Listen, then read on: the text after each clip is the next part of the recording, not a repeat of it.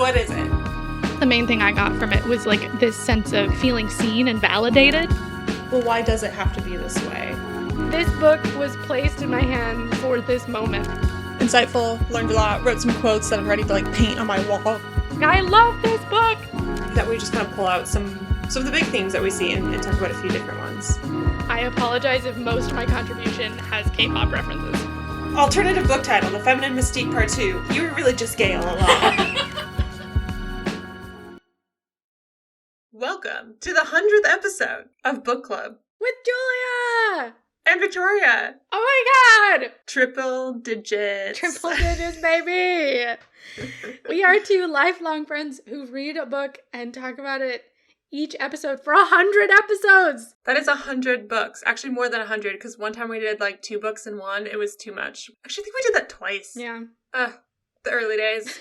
But this is a podcast where we explore new perspectives and we use books as tools for personal and community growth. And we are so excited you're all here with us for our big celebratory 100 episode. Yeah. In the words of my partner, it's divisible by 5. It's a big number. And we picked a good book for this one. This week, we are talking about Black Sun by Rebecca Roanhorse, which Victoria has been teasing for months now because she's so obsessed with it. It is a fantasy novel set in a fictional world inspired by the pre-Columbian Americas. It's a world full of magic, ancient gods, giant flying crows, and complicated moral and political conflicts. If you haven't read this book already, this is your official spoiler warning. There are some big spoilers that we will be discussing in this episode. However, if you don't care about spoilers, you are still welcome. Continue listening. Welcome to the party. Welcome. Our shameless plug today is a little bit different because, as we said, this is our 100th episode. 100, wow! Wow! So in honor of that, we're giving away free stuff. We are giving away $50 worth of gift card money to, depending on where you live in the world, a, independent bookstore or provider of your choice. Yeah, so if you're in the US or Canada, it'll be bookshop.org. We'll get you a gift card for that. If you are outside of that area and you happen to win our giveaway, we will chat with you to figure out the best online bookstore available in your country. Yeah, you have the opportunity to earn 2 entries. So the first one is to follow our Instagram, like a post that will be out by the time you hear this, like it, and then comment on it following the instructions in that post. And then the other option is to leave a review on Apple, or a 5-star review on Spotify, or a 5-star review on whatever podcast player you're on, and send us a screenshot of that to our email at jvbookclub@gmail.com or via our Instagram direct messages. Yeah, all of this info is also available in the show notes on our Buy Me a Coffee page and on Instagram, so check that out.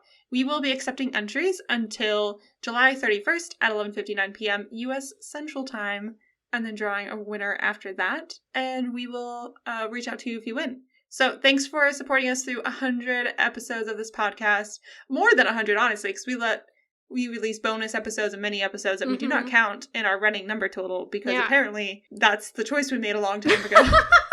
And that's why this is the 100th episode. Yeah. Thanks for celebrating with us. And we hope that whoever wins has a chance to pick some cool books. If you read, there's something you heard on the podcast that you've been wanting to read, now's your chance to have us pay for it. Yeah. Or buy something really cool and rave about it and DM us back and be like, hey, this is the book I read with that money. You should read it too. Yeah. And maybe we'll cover it on the show. So thank you so much for following along and, listening however you listen, at whatever time you listen. It's been so much fun, and I'm really proud of us.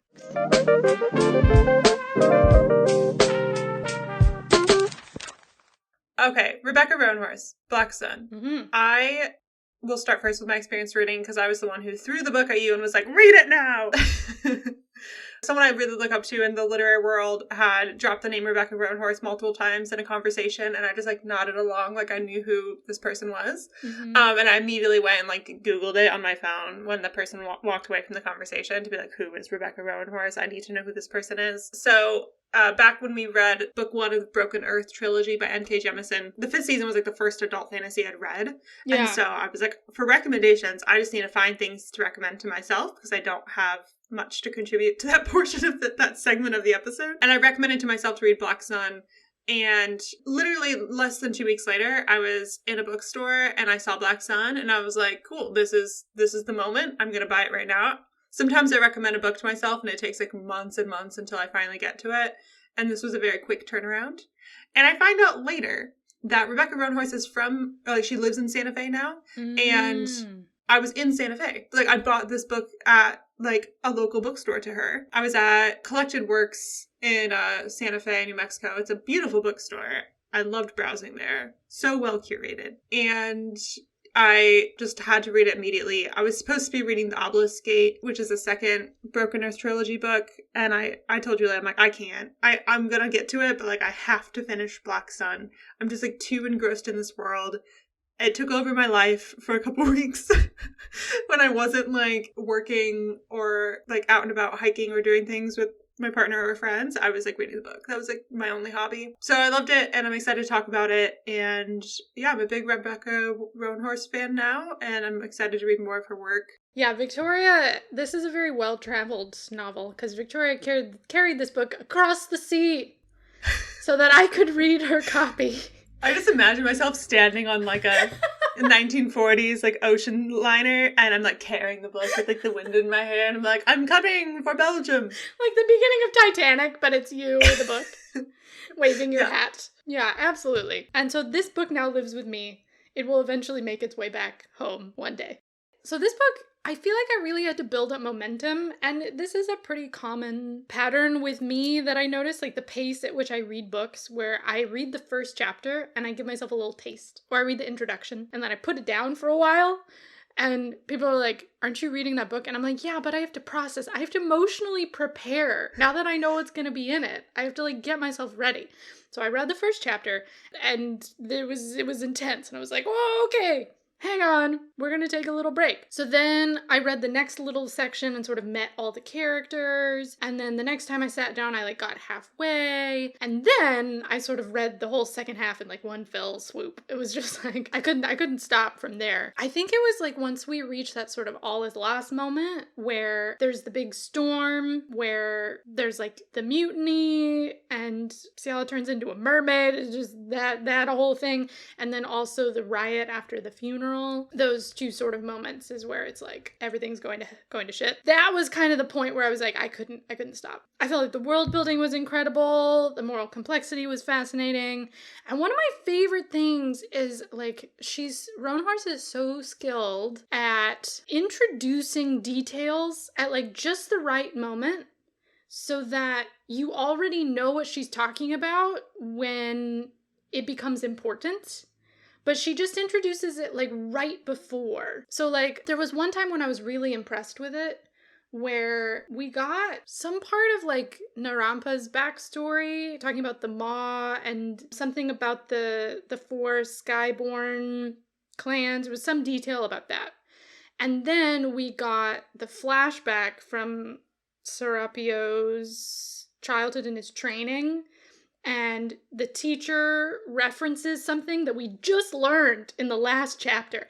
And I was so impressed. I was like, I didn't even know she was loading a Chekhov gun until it went off. And then I was like, wow, look at her go. And she's just doing this left and right so deftly and expertly. And so I never felt lost. Mm-hmm. I was just so impressed by that. And you're just like, oh yeah, I know what that is. She just explained that to me 3 pages ago. So I was really impressed by her craft in that respect. The details are so great, and the fact, I'm getting a little ahead of us, but like the fact that there's so many characters that we get their point of views and their distinct cultural identities and the politics of how this whole world works. There's so much world building that happens, and it doesn't lose you. Yeah. And I think when we were prepping for this episode, we were chatting about how one of the characters isn't introduced until very late in the book. Mm-hmm. And I think, I'm like, oh, it's just done so well that it doesn't feel like, wait, who's this person? Mm-hmm. It's like, oh, right, now we're meeting another character.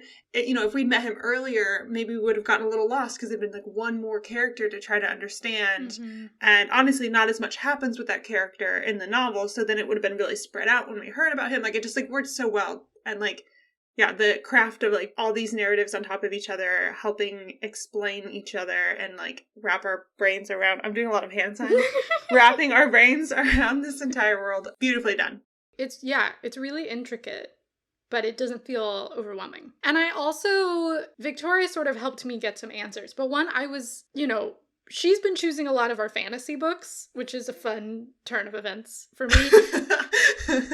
The ones that we've done on the podcast so far, like adult fantasy, have all they have some commonalities. So they've got like neo-pronouns or queer characters, and like she does the like fictional epitaphs that N.K. Jemisin puts at the end, where it's like in-world sort of lore building that is really impressive. And then you have like POC heroes and like indigenous or like earth-related mythology and magic. And it just feels like I was having this thought of like, oh, is this just how the fantasy genre is now? Have I like been gone for too long and it's like totally become this amazing thing? And then Victoria was explaining to me and I'm like, oh, I think she's just picked books that are like that because that's what we want to read. Right, it's a both and. It's like we are intentionally seeking and selecting to read fantasy by women authors of color specifically, and those authors are rightfully like leading the charge to diversify representation in fantasy literature in kind of a response to the literature they grew up on and that we grew up on too. If you think of like Tolkien and C.S. Lewis and like Harry Potter and like all the different fantasies that are very like white and European specifically. Yeah. And as far as like LGBTQ plus representation, that's also been important that I've wanted to read more and Julie has wanted too. So we're seeking it out, but also it is there, like there is more and more of it out there. And I think it's also one of those things like you read one thing and then you get recommended another thing and then you talk to someone about it and they're like, oh, have you read this person? And like, then you seek out a podcast episode with that person and then you hear more about their work and the host work. And like, it just keeps building and we keep exploring, for us, a very new space in literature that people have been spending decades and decades developing and creating space for. But the publishing industry, especially in the US, is very whitewashed. The publishing industry has had a lot of backlash for being so white and making it very hard to get into the industry. And then white editors publishing white authors or the select few Black authors, but not recognizing that there's like more of an audience than just white readers. I got on a rabbit hole today reading this whole New York Times article about this woman who was hired to Pantheon, which is like an imprint of, I think, Penguin Random House, but I could be wrong. Anyways, I'll link it in the show notes from New York Times. It's all like nerdy publishing industry things, but important because it's talking about like who's reading books, who's writing books, and who is the gatekeeper to make those books available. But Rebecca Roanhorse, I heard her as a guest on the Deadline City podcast, and that podcast is hosted by authors Danielle Clayton and Zoraida Cordova. And in that episode, they're all talking about their efforts to write and create fantasy worlds that are outside of kind of the medieval European default. And so Roanhorse commented that it was actually like a pretty big decision for her to include neopronouns. She wanted to do it, but she was like nervous a bit to see how it would be received. Yeah. And ultimately, like, we're very happy for it. She's proud of the choice. She laughed in the episode saying that, of course, her top review on Amazon is some bro complaining about the neopronouns, which is like, whatever. So yeah, super excited to see the increase of queer and specifically genderqueer characters in the fantasy spaces, but, always room for more to, like, acknowledge to the publishing powers that be, like, we want this. So, given that context, tell us about Rebecca Roanhorse, because she is quite fascinating. Yeah, so Rebecca Roanhorse is a New York Times bestselling and Nebula, Hugo, and Locus Award-winning speculative fiction writer, and the recipient of the 2018 Astounding Award for Best New Writer. Yeah, if you're not familiar, Nebula, Hugo, Locus, those are just, like, very big, popular awards. Like, big deal if you win it. Rebecca has published multiple award-winning short stories and 5 novels, including 2 in the Six Worlds series. She wrote Star Wars: Resistance Reborn, Race to the Sun for the Rick Riordan imprint, and her latest novel, the epic fantasy Black Sun. I'm realizing now this is a little outdated because her latest novel is Fevered Star, which is the sequel to Black Sun. She's also written for Marvel Comics and for television, and she has projects optioned by Amazon Studios, Netflix, and Paramount TV. She lives in northern New Mexico with her husband, daughter, and pup. And apparently she drinks lots of black coffee. It's also what she wrote on her website. So, same girl. I do too. Okay, so this next bit is, I just wanted to share like a bit more background on her as an author. And this primarily comes from an article in Vulture. There was a profile on Rebecca Roanhorse when Black Sun first came out. And the journalist Leila Shapiro, I think, did a really great job exploring Roanhorse's background, exploring the criticism that she has received in some spaces, and speaking to like a larger conversation that happens when it comes to own voices. So own voices is the kind of movement of authors writing characters that have the same background and culture as themselves, so writing in their own voices. And so yeah, it's some interesting like critical conversation around the own voices movement and who is gatekeeping what is own voice, you know. So Rebecca Roanhorse grew up in Fort Worth, Texas with her white adoptive parents, and her birth certificate told her that she was Black and Spanish Indian. But not until she was in her late 20s did she hire a private detective to find her birth mother. This is a quote from that Vulture article. Soon after, Roanhorse flew to Arkansas and, for the first time in her life, found herself surrounded by people who resembled herself. It was strange and a little bit thrilling, she said. Looking around the table at the restaurant, she noticed that her mother and aunt had the same long arms as she did, the same dimples when they smiled, the same laugh. But not everyone in the family was pleased that she tracked them down. On that first trip home, she learned that she'd been a, quote, secret baby. Her birth father, a minister, had never learned of her existence. Neither had most of her mother's extended family, conservative Pueblo Catholics from New Mexico. One of her aunts, a former nun, later told her, quote, "It would be better if you went away." That's the end of that Vulture quote there. But Roanhorse had an extensive career before becoming a fiction writer. To talk about the career stuff, she graduated from Yale, she went to divinity school at Union Theological, then she worked as a computer programmer on Wall Street. I'm like, what did you not do? And then in her 30s, which is around the time that she was connecting with her birth mother and kind of going through all those cultural identity, personal identity questions and thoughts, she quit the job on Wall Street, moved to New Mexico to go to law school, where she studied federal and tribal law and clerked for the Navajo Nation Supreme Court. Not long after, she met her now husband, Michael Roanhorse. He's an artist who makes contemporary high-end jewelry that draws inspiration from his Diné or Navajo traditions. Rebecca Roanhorse finished her first manuscript and started looking for an agent in 2016. So she's in her 40s at this point. So also like champion to the, I don't know. I get excited, you know, people do things when they're young, people do things when they're middle-aged and when they're old, and we celebrate all of it. You don't have to have your first successful novel after you finish your MFA at 24. Her first novel, Trail of Lightning, was widely acclaimed and embraced by readers, though she did face some criticism from many Navajo academics and writers because she was using a lot of Navajo storytelling, which she had studied as part of her law program, as well as part of her family identity in the family she married into with her husband. But she was criticized a bit, like I said, from many Navajo academics and writers. And I won't get into all the details, but the piece in Vulture, we'll link in the show notes, where I learned most of this about Roanhorse's upbringing and career and a strange relationship with her biological family. Super fascinating. It also, for me, really elevated this theme that we see in Black Sun, which is the outsider, and learning a bit about Rebecca Roanhorse's background and feeling like an outsider in her childhood and an outsider from her community when she started publishing books. I think it all kind of, comes together. It makes sense that she writes a lot about outsiders. In the article, she says, "I'm always writing outsiders. Their journey is usually about coming home, and sometimes they wish they'd stayed away." Okay, so the book we're discussing today, Black Sun, like we mentioned, is book 1 of a trilogy. It's called Between Earth and Sky. This book was released in October 2020. The second book came out in April, Fevered Star. And AMC Studios has bought the TV show rights for Broken Earth and Sky trilogy. And the showrunner for The Walking Dead, Angela Kang, she's the one that's working with Roanhorse to adapt the story for TV. Do we make it a future film club when it finally gets made? We'll see. Oh, absolutely.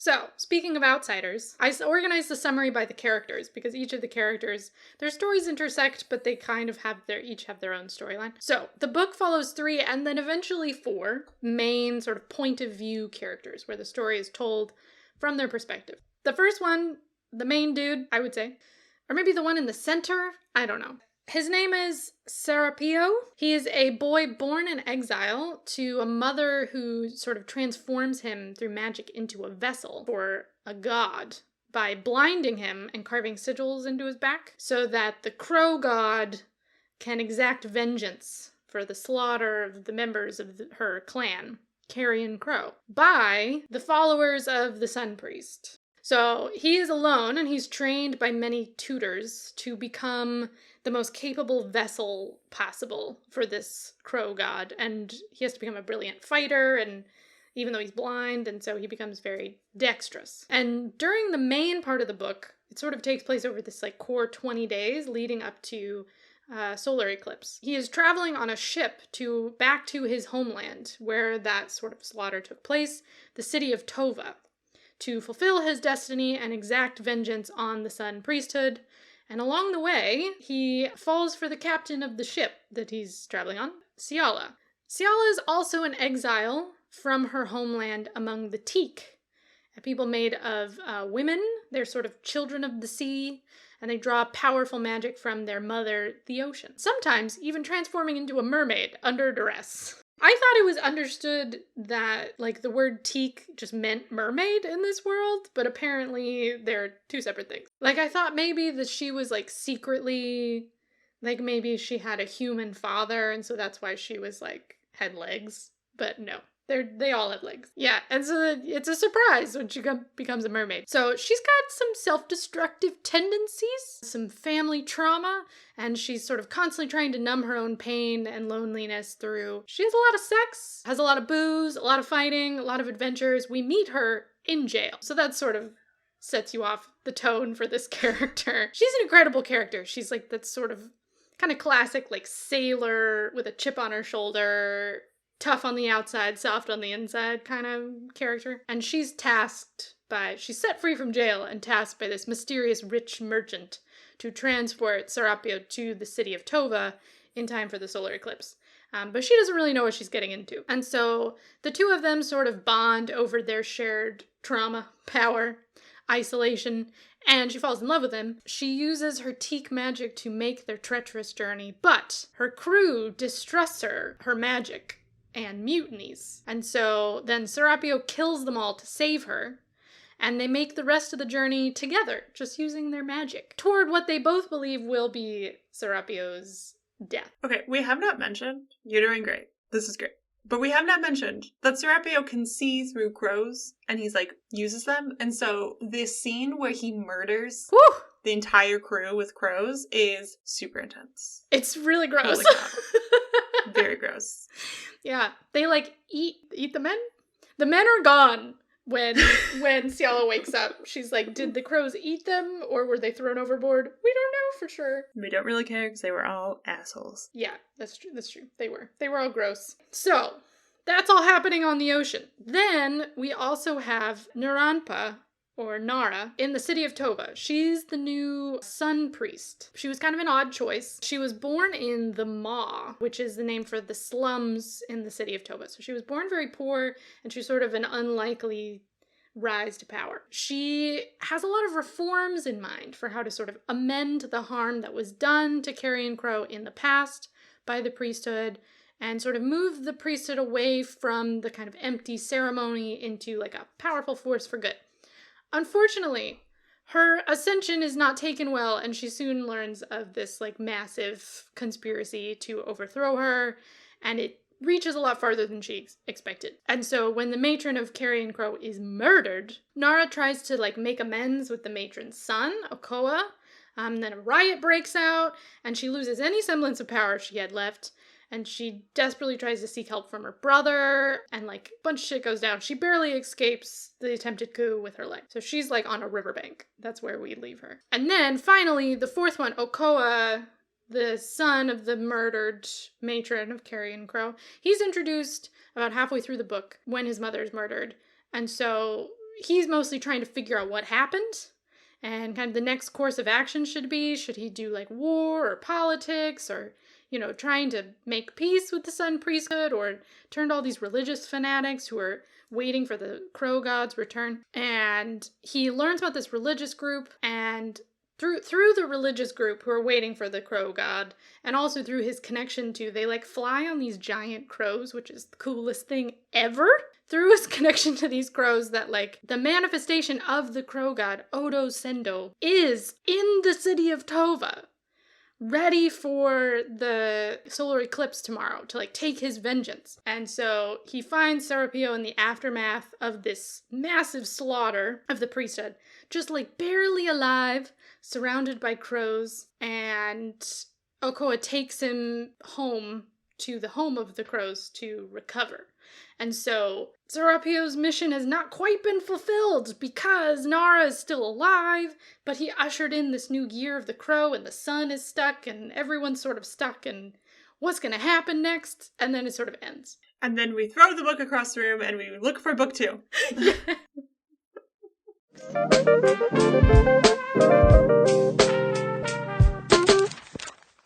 So in our discussion today, Julie and I wanted to talk about some of the big themes of this book and how that kind of influences our understanding of these characters and the world that Rebecca Roanhorse is building. So let's start it off. We'll talk about something that's prevalent through all these storylines, which is religion and magic, also science. And the boundaries of those things in this world are, like, really wavy. Yeah.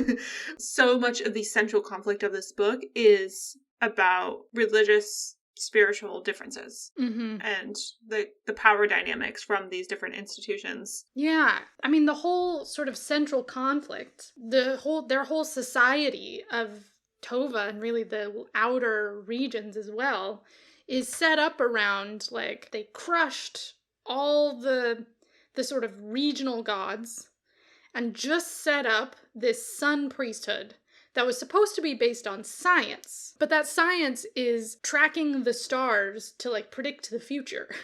Which is what, you know, we might relate to, like, astrology or something slightly more, you know, magic related. But this was them, like, not following any particular god, or so they thought, right? But instead just following what they had removed from its original religious context. It's not a worship of the sun necessarily, it's just a quote-unquote scientific, right? And so Nara is very anti-magic, even though she doesn't realize how tied up she is in all of it, and anti-religion. When she meets someone who practices earth magic and blood magic, you know, she has a really strong reaction to it. She's like, no, don't do this for me. Though eventually she does use it anyway when she's in desperate need of help.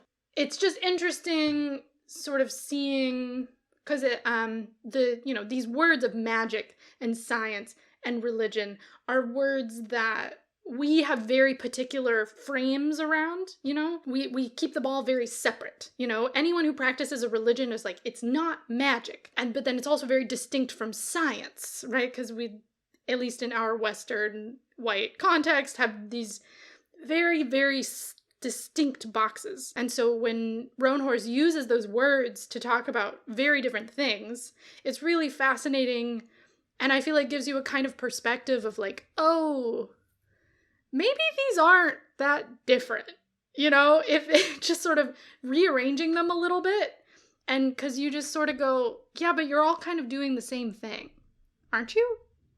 You're all doing some kind of magic. You're all doing some kind of religion. You're all doing some kind of science. Like, something that I thought was fascinating. Ciala has a magic, very powerful magic as she gets from her relationship with the sea. And she can eventually breathe underwater. She can, like, control people's emotions. She can sing and sort of calm the seas. Very, very powerful. But one of the things, part of her power is her ability to track the constellations and the movement of the stars. And so she sits down and starts explaining it and how it works. And I'm like, we would describe that as, like, math or, like, astronomy. Right. You know what I mean? That's what I thought it was going to be some magical secret thing. She's like, no, she just starts talking about astronomy and math. And I'm like, fascinating. So and it's also very similar to what Nara does in the Sun Temple. You know, it's very, very similar. It's, like, almost exactly the same thing, but they're just used for different purposes and given different names. One is called science, one is called magic, but it's the same thing. And we would call it astronomy, but it's like, what's the difference? Right. And something too that I think is really fascinating too is like this idea of using the stars to like predict the future sounds so like magical prophecies or, very tied into like spirituality and things like that. But at the same time, we do that all the time with science. We say an eclipse will happen on this date in this location. That's predicting the future. Yeah.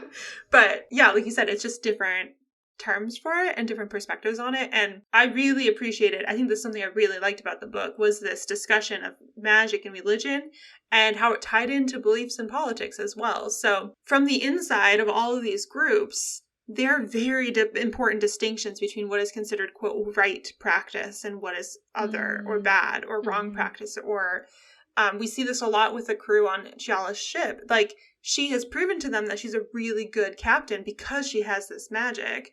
She tries not to talk about the magic part too much because she knows it freaks people out. She has been discriminated against because of it before. There's all these weird superstitions about what you can do with the bones of a teak person, and like you can't trust them, and all these like stereotypes of what we as people do when we don't understand someone else. And it becomes really dangerous for her, and that's ultimately why she is mutinied against, because they don't understand her magic and they assume she's doing it out of intentions to harm instead of intentions to save and be helpful and to be a good captain. And from the outside, it's really easy to generalize and kind of lump everything together as sameness. And I think that's perhaps, like if you read this book and you're like, well, I don't really get why those characters do that. Like, it's all like, if you're coming from that other perspective of saying like, oh, that's very other, that there's blood magic, like if you have the perspective of Nara that like that's bad and that's wrong, it's all flipped on his head when that ends up being what saves her. Right. And I think, from the outside of a lot of, especially religious practices, and often is this tendency to lump it all together as sameness. But I think this book really highlights the very real cultural distinctions between different religious groups and spiritual groups and sects of that order ostensibly the same religion. Like we see this with the Carrion Crow, where they are all the same clan, but there's this like subcult that worships the Crow God, and there's even political divisions within Carrion Crow. But we see the other clans say it's all of them. Like all of them should be discriminated against. All of them are part of that. And then in the end, we're also like, well, they kind of have reasons to want their crow god to come save them and come protect them as a group, because y'all just went and murdered a bunch of them like 50 years ago and they haven't forgotten, because that was like their parents and their grandparents that were murdered. Yeah, I think it's so fascinating, and Roanhorse is so smart in how she introduces each of these. I felt a lot of sympathy for like each of the characters, even if I was like, Serapio, like, maybe let's reconsider your decision to destroy an entire city. But also, that was, like, the fate that was given to you, which we will get into. And I had a lot of sympathy for Nara, I think, especially she's grown up with this idea of, like, this is the way to advance in my society. This is a way to get out of the oppressiveness of the mob, of being this, like, lesser group in society, is to literally climb the tower to where the power is. And to see her realize, I mean, sometimes it's frustrating because you're like, get your head out of your own ass. But like at the same time, watching her come to the realization that maybe the world is different than she thought is a kind of story I really enjoy reading. That is a really good point, because your main takeaway is that like you can't just make a big generalization about people, because everything's very culturally and experientially specific. Like, it's very tied to the physical aspects of their life and their personal relationships. But for me, my main takeaway was like a reflection back on our own society and questioning our own rigidity when it comes to this is right and this is wrong, this is real, this is not real. Like, why do we do that? When the boundaries between those things are really messy, and they're all sort of tied to our own experiences and belief systems. And like, science is as much tied to a cultural perspective as anything else. I found it very fascinating. So you brought up Nara, right? She makes this really clear distinction in her head. She says, I'm doing science, carrion crow worship of the crow god is doing religion. And those are two different things, and one's good, one's bad. But it almost seemed like the sun priests were more set up as a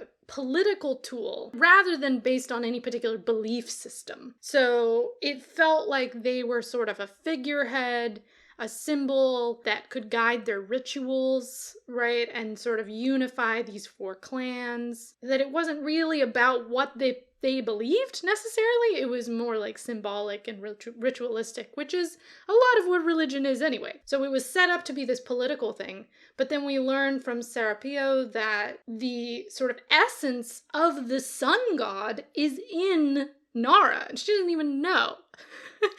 And so she's like technically his sworn enemy who he's come to destroy. She has no idea.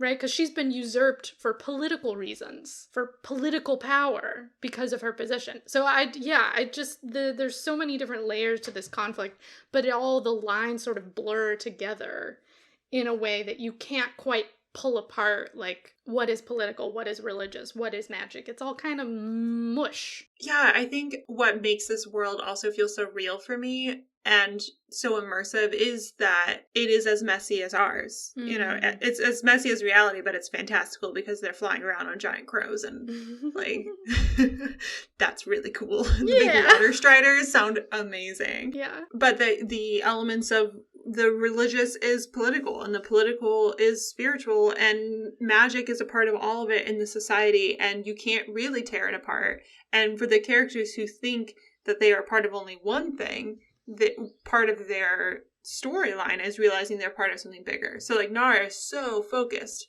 on the institution of the Watchers, which she leads as the Sun Priest, within the city of Tova, not realizing like the rest of the continent has other things they're thinking about. There's other cities that really don't give two shits what's happening in Tova anymore, and they don't really care about the religion, and she's like, or the science, and she wants to make the Watchers relevant again, which feels like something I've heard from so many like ancient religious institutions. Mm-hmm. Like, how do we stay relevant and like useful and provide value to their community? And she's so focused on like what's immediately in front of her, and her turning points is when she realizes, oh my gosh, there's more happening in Tova than I thought, when she gets outside the tower. And then, oh my gosh, there's more happening in this world than I thought, when she has a peek at what is beyond Tova. But yeah, you picked out a really interesting section where Serapio kind of goes into more detail about how he understands the power of the gods in their world. Yeah, because he would know. Being one himself.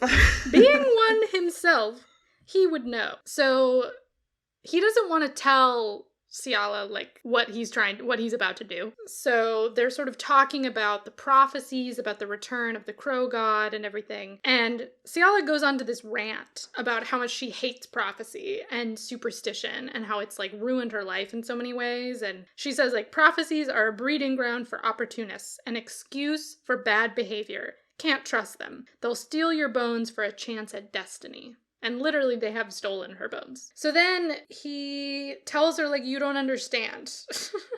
He says, I am the fulfillment of their prophecy. And she's like, but how?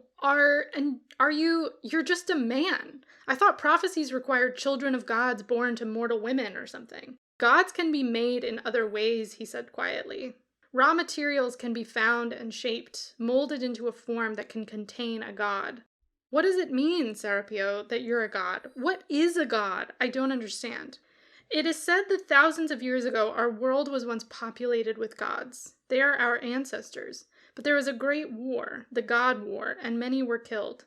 Those who were not killed in the war began to die anyway. Some say they were overcome with regret and withered. Others say they lived, but they grew lonely and went into the far north, never to be seen again. And still others say they returned to the sky, which was their home before they came to earth. Wherever their blood was spilled or their bodies lay, great wonders happened.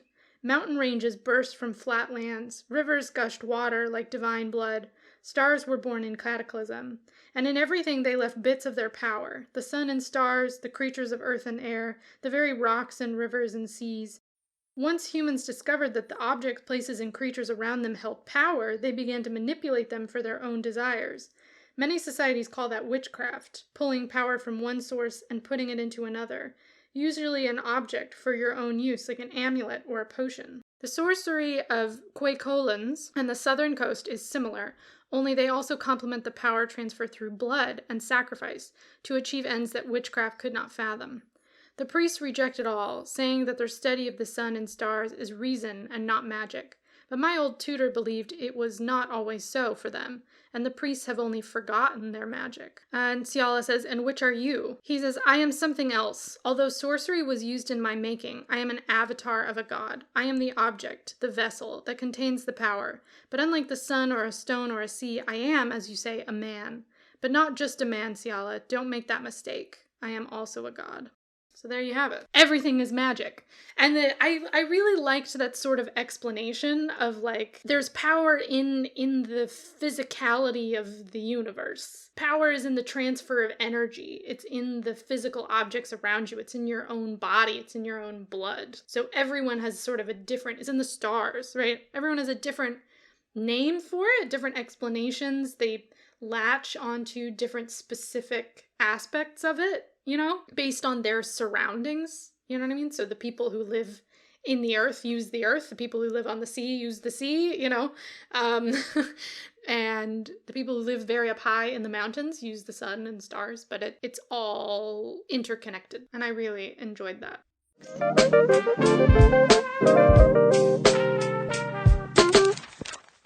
We wanted to talk about power, the different types of power we see in the book, the sources of this power and how people use it, how it affects other people. So I think, you know, some of the obvious power is this like magical power that Serapio has been given through this process, and we'll get into him a bit more, but there's also these powers that are like social powers, which is what we see a lot from Nara. Yeah, reading her character, I was like, why does she think, you know, because she's trying to resolve this old conflict, right? There's this old hurt that's sort of sitting in everybody's bones, and everyone's trying to resolve it in their own way. You know, some people, Serapio's trying to get vengeance, Carrion Grow wants vengeance, a lot of them. And Nara thinks that the solution is somehow to get more power for herself so that she can use it for her own means, for other people's good. But I just thought that was so fascinating. Like, she has come from nothing. She's worked her way up, earned this power, but she's also been excluded by it. She's been the victim of it. Why does she think when she's in that position that the solution is more power in the hands of the people who did the harm? You know, her being now the head of that institution, when it seems like the struggle for that power kind of is what destroys everything. I found that so fascinating, how she explained it to herself of what she was doing and why it was important. I think a lot of it comes to light too when she finally goes back to the mall for the first time and sees her brother, and he's become like this notorious crime lord, and he has claimed power in his own way too, and she is still carrying with her a lot of these kind of prejudices that she learned, and kind of like still carries kind of that mindset of the priesthood of like, this is like, he shouldn't be doing this, like this is illegal, this is bad, he's involved with a witch that's like magic, we don't believe in that stuff. Like, she's still carrying all that with her, but we see kind of like she has a moment to see kind of like two different responses. She said, that's where the power is, how do I go become part of it? And her brother saw, that's where the power is, that's where the corruption is, I'm going to make a life for myself any other way I can. And I think that kind of foil is really fascinating too, to illuminate how Nara is so much a part of the system now that she's like blindly believes that she can fix it from the inside. I think she kind of holds to like, I have a different background, I have a different perspective, like I'm here to fix things, and it's only a matter of having the right person in power to make change.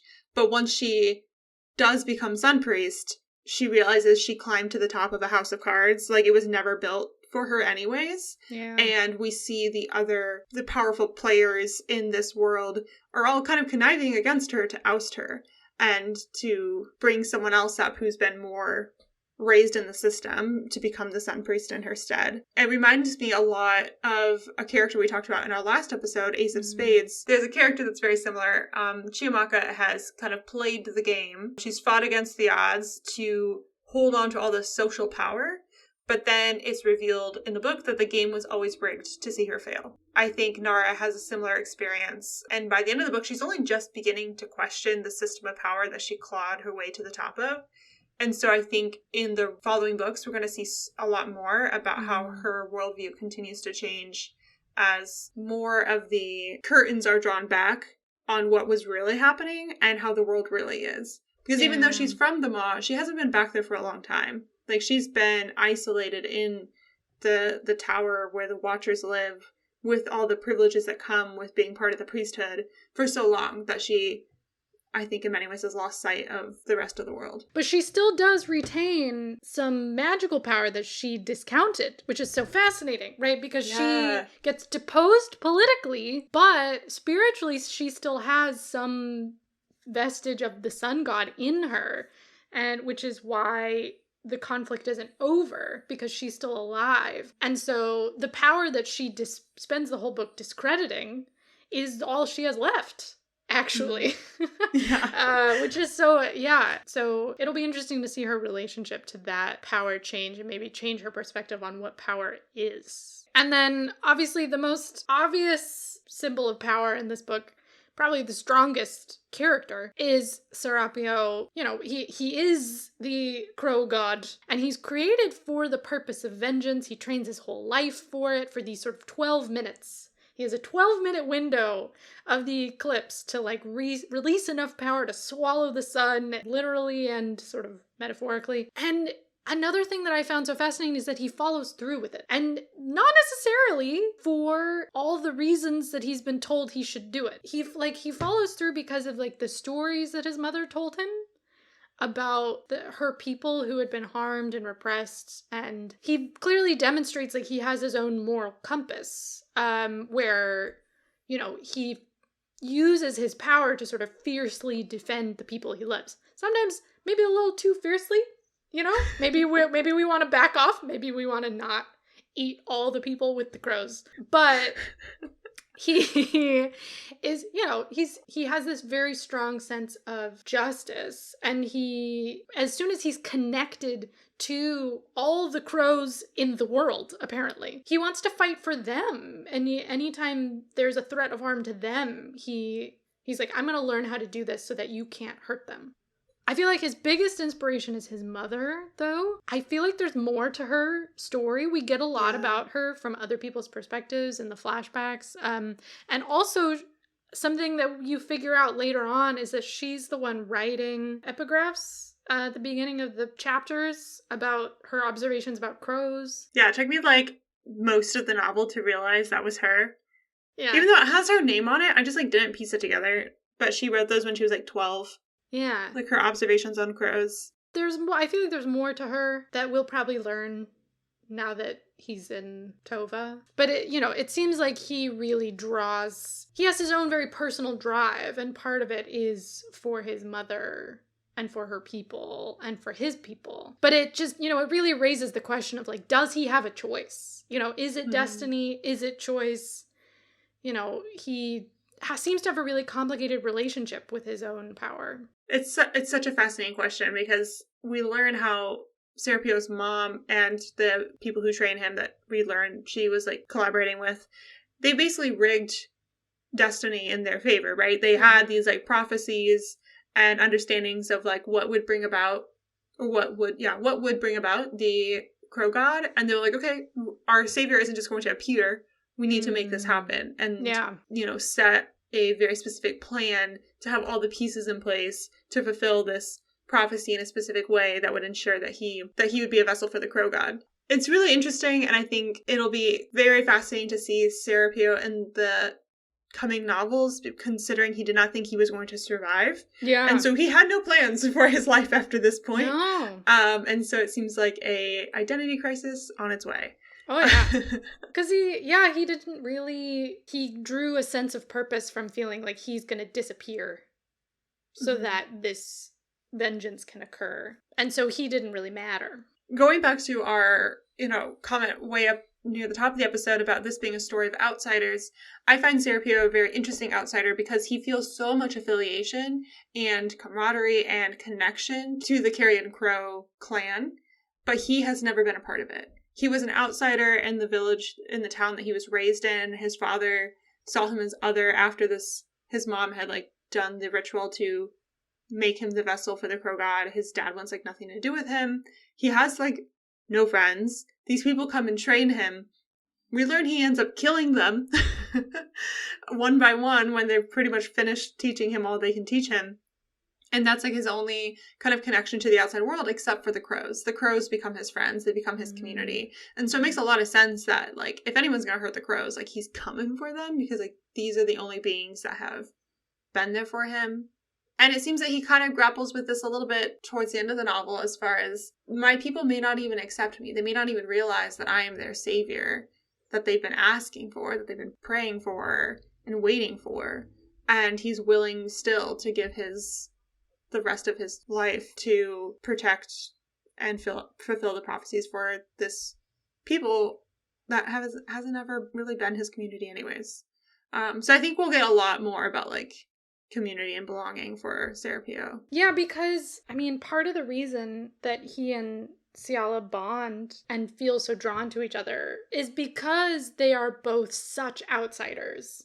And they're both sort of reviled in a lot of ways. Their power is treated as something inherently evil rather than something that is a tool that could be used either way. And they're talked about they're monsters. And that something that gets a word that gets thrown around a lot in different contexts in this book is monster. And what is it? And is anyone really a monster? But I feel in certain ways, the part of the way that they cope is they sort of relish the power that comes with being feared, and being different and what they are. But it's also so lonely. He feels this great sense of purpose for being what he is, but it also completely cuts him off from the community that he grew up in and essentially, condemns him to death. So that means that, he can never build any long-term relationships because he knows he's going to die when he's 22. 22! I think part of why they fall in love is because they're both so lonely and they see themselves in each other in a way. Yeah, they sort of bond over their shared exile, shared aloneness, shared kind of monstrosity. And there's this one observation that Ciala makes where she sort of realizes Serapio's motivation, and it comes from that loneliness. And it made sense to her all at once. Serapio, for the first time, was coming home, to a people who didn't know him, to a house he could never truly live in. Even if all he could do was die for them, he would suffer what he must suffer, because for one brief moment, he would be more than himself. He would be all of Carrion Crow, the first of his people, the sharp beak and talon of his god, and he would not be alone. And Ciala knew very well being alone was no life at all. Their power is sort of their companion, when they're really alone, that's what they rely on. But then they bond together, and suddenly they're oh, maybe the power is actually really lonely. Maybe I actually don't like that very much, and do I still want it? I find both of their storylines so compelling, which I feel I just keep saying over and over. This is fascinating. I like this. This is great. I like it. I have so many thoughts. The scenes of Serapio and Ciala in the final days before the end of the novel are some of my favorites, as they're kind of having these shared moments. They're having these personal reflections. They're not at a place where they're able to say all these things to each other, but we know, because we get both of their point of views, that they're having kind of these realizations. I really like this quote that you pulled out. Ciala says to Serapio, "Apparently I don't want to have a good time with fun, attractive people. I want to sit morosely in an empty room and drink alone with you instead." And I'm if that's not a declaration of love, I don't know what is. Yeah, it's such a her way to say, I love you. But she's also so surprised at herself. She's why? What is wrong with me? Yeah. Why? Yeah, the partying and the hooking up with people. She has an opportunity to do that again, which is usually her release valve of how she relaxes and hangs out. And she's I don't even want to do that. I just want to be with you. Yeah, I want to see their reunion. I want to know how that goes down. Bro. So I feel like we sort of land on, we've gone through all of these like very complex mental gymnastics of like what is power and what is magic and what is, and all, it gets all very mushy. And I feel like the biggest emphasis throughout the book is on the sort of complexity of morality, so anyone can be a monster or a hero or a fanatic or a traitor, even like with all these sort of immense power and epic conflicts at play and all these sort of lore and mythology, like there's this constant return to these are just people. These are people. That's a big discovery for Cialo, and she sees Serapio and she's like, oh, you're just a guy. Mm-hmm. You're just a dude. You like wear funny clothes and you act socially awkward because you've never interacted with people besides your tutors. Yeah. Now I get you. Instead of being like, who's this guy? We are freaked out. It's like, oh, you're just a person. You're just a person. Okoa has a similar moment where he unmasks the priests and he realizes like, oh, they're just people. And then Serapio also has a moment where he's like sort of questioning his quest as he sees, quote unquote, his enemies arriving. And he says, my tutor described the priesthood as monsters. I expected them to be something from a nightmare, but they are only humans in bright clothing. Yeah, I feel like, Roanhorse just comes back to it over and over and over. We even get the perspective of Nara and Serapio, who should technically be mortal enemies and hate each other. Like, technically, they're the two sides of the conflict. Technically, I think. But they probably won't be for very much longer. You know what I mean? Like, it's messy, and people are gonna people. People are gonna people. Yeah, I love that we are given the opportunity to see the point of views of the characters on both sides of the conflict, on all the sides of the conflict, pretty much. You pointed out here in our notes that we never really get Abba's point of view. She's one of the priests that tries to overthrow Nara. True, there are many points of views we don't get, and maybe we'll start getting more of them in the following books. But we do get many of them. And characters that we could easily have only interact with as the villain. Like, if we never saw the Sun Priest until Serapio, unmasks the Sun Priest after killing that person, maybe it would have been a really different story. Or if we never meet Serapio until he's, looming in with his, really intimidating look. Yeah. We would be like, oh my gosh, villain, who is this character? But we get to see all their flaws and their struggles and the way they question themselves. We get to see their humanity, and I think, we get to see them begin to change their minds about things. We get to see them travel to new places and meet new people that change them. And we see them reconsider the stories that they've been told about who they are and what their place is in the world. And that's, a really powerful thing, too.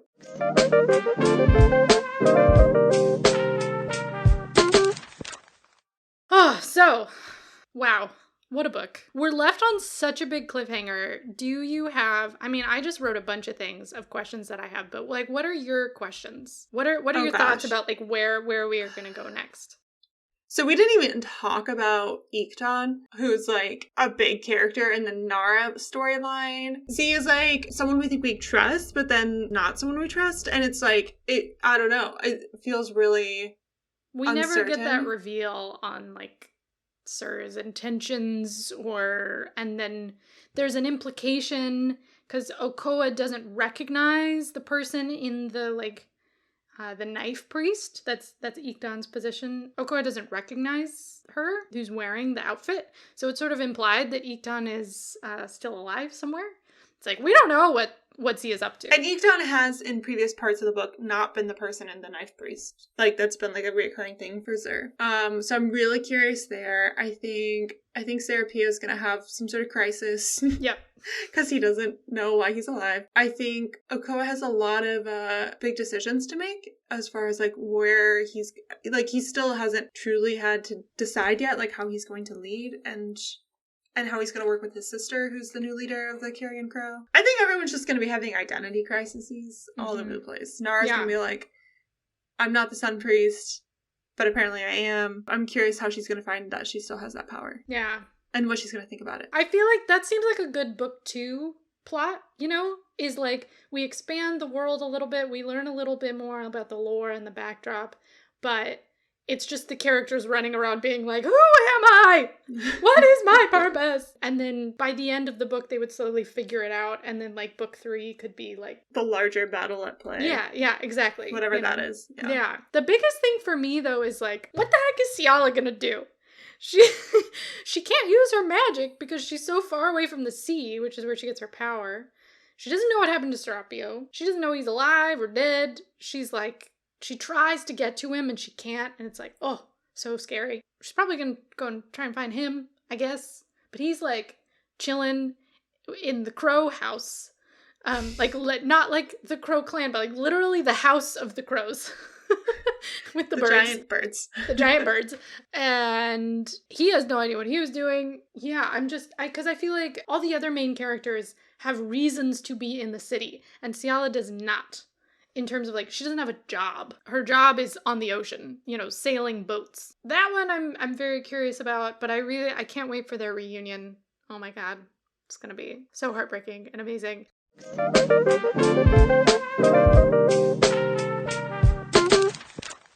So yes, that transitions nicely into our recommendations. Go read book 2. It's out. Fevered Star. I'm excited to read it soon. I would also recommend, we've been reading the Broken Earth trilogy here on the podcast and talking about it. We've talked about the 5th season and the Obelisk Gate, book 1 and book 2. They're really awesome. I think if you liked Black Sun, you will like Broken Earth trilogy as well. And then our discussion about religion versus magic and science made me think of The Golden Compass by Philip Pullman. I feel like Philip Pullman is coming in with a strong POV on what he's trying to say about religion. And so it's a little different, but I do think the kind of, if you're interested in how we talk about religion and magic in fantasy spaces, I think The Golden Compass is a good kind of foundational book in that space to talk about. Yeah, I would recommend In the Watchful City by S. Choi Liu, which we talked about on a previous episode. Also mermaids. Yeah, there were some, in terms of the queer characters, in terms of some of the themes related to, the combination of science and magic. And then there were so many times while I was reading this where I was like, oh, that's like Avatar. Oh, that's like Avatar. Specifically the children's cartoon, Avatar The Last Airbender, and also Legend of Korra. Because they specifically describe Serapio as an avatar for the god, which is like basically what the avatar is in The Last Airbender. The riding of the giant creatures, all the avatars do that. So there's one that rides a dragon, and there's one that rides a giant bear, and there's one that rides a sky bison. The color-coded clans, that felt very similar as well. And there are 4 of them, and they all have their own colors.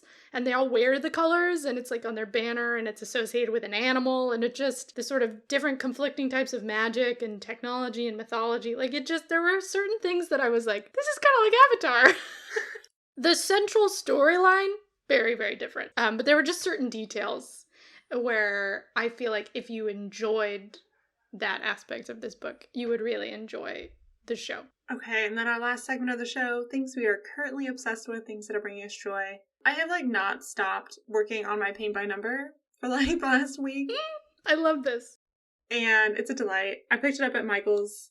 Fern and I were doing it together at first. And he's like, this is going to be one of those projects where I start it with you and then you do the rest of it because I get tired. And I'm like, probably. And then it is. And it's, I just put in my little podcast, listen, and I paint, and it's a good time. Oh, that's so fun. Paint by number is a very you art activity.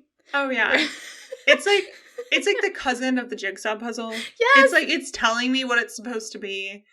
I'm using my hands. I'm not looking at a screen. Yeah. I can listen to things. I'm hunched over a table and it hurts my neck. Okay, 2 music recommendations. There's an EP called Moth by Woo-sung, and by the time this comes out, J-Hope's new album from BTS, his solo album, Jack in the Box, will be out. There's a single that was out today, and it's like blowing my mind because it's just a totally new direction for him. It's all grungy and like gritty and so I don't know. I'm just pre-recommending that album. I'm assuming it's gonna be great. And then Stranger Things 4 Part 2 came out today. I haven't watched that yet either, but I'm excited. And that's what I'm going to do as soon as we hang up. Because it's Friday. And that's it. 100 episodes, Victoria! We did it! Woo! 100 full-length book episodes. Wow! I'm proud of us. Yeah, I'm This proud was of us fun. too. Yeah, check out the show notes for our giveaway details, and you could have more money to buy more books. Hell yeah, that's what it's all about. Life is about money to buy books. Yeah. Thank you for listening to Book Club with Julia and Victoria. We would love to hear your thoughts on this book or the topic we discussed, so you can share your review and recommendations with us on Instagram at Book Club with JV, on our website, bookclubwithjv.com, or by leaving a review on Apple Podcasts. You can also visit our website for show notes with links to all of the recommendations and the things bringing us joy. If you don't already, go ahead and follow us on whichever podcast platform you are listening on so that you can be notified when our next episode is released. This episode was co-hosted and produced by myself, Victoria Bruick, along with Julia Clausen. Rebecca Gasney provides us with project management support. Our music is composed by Greg Bruick, and our logo was designed by Gabby Fabland. Until next time, happy reading.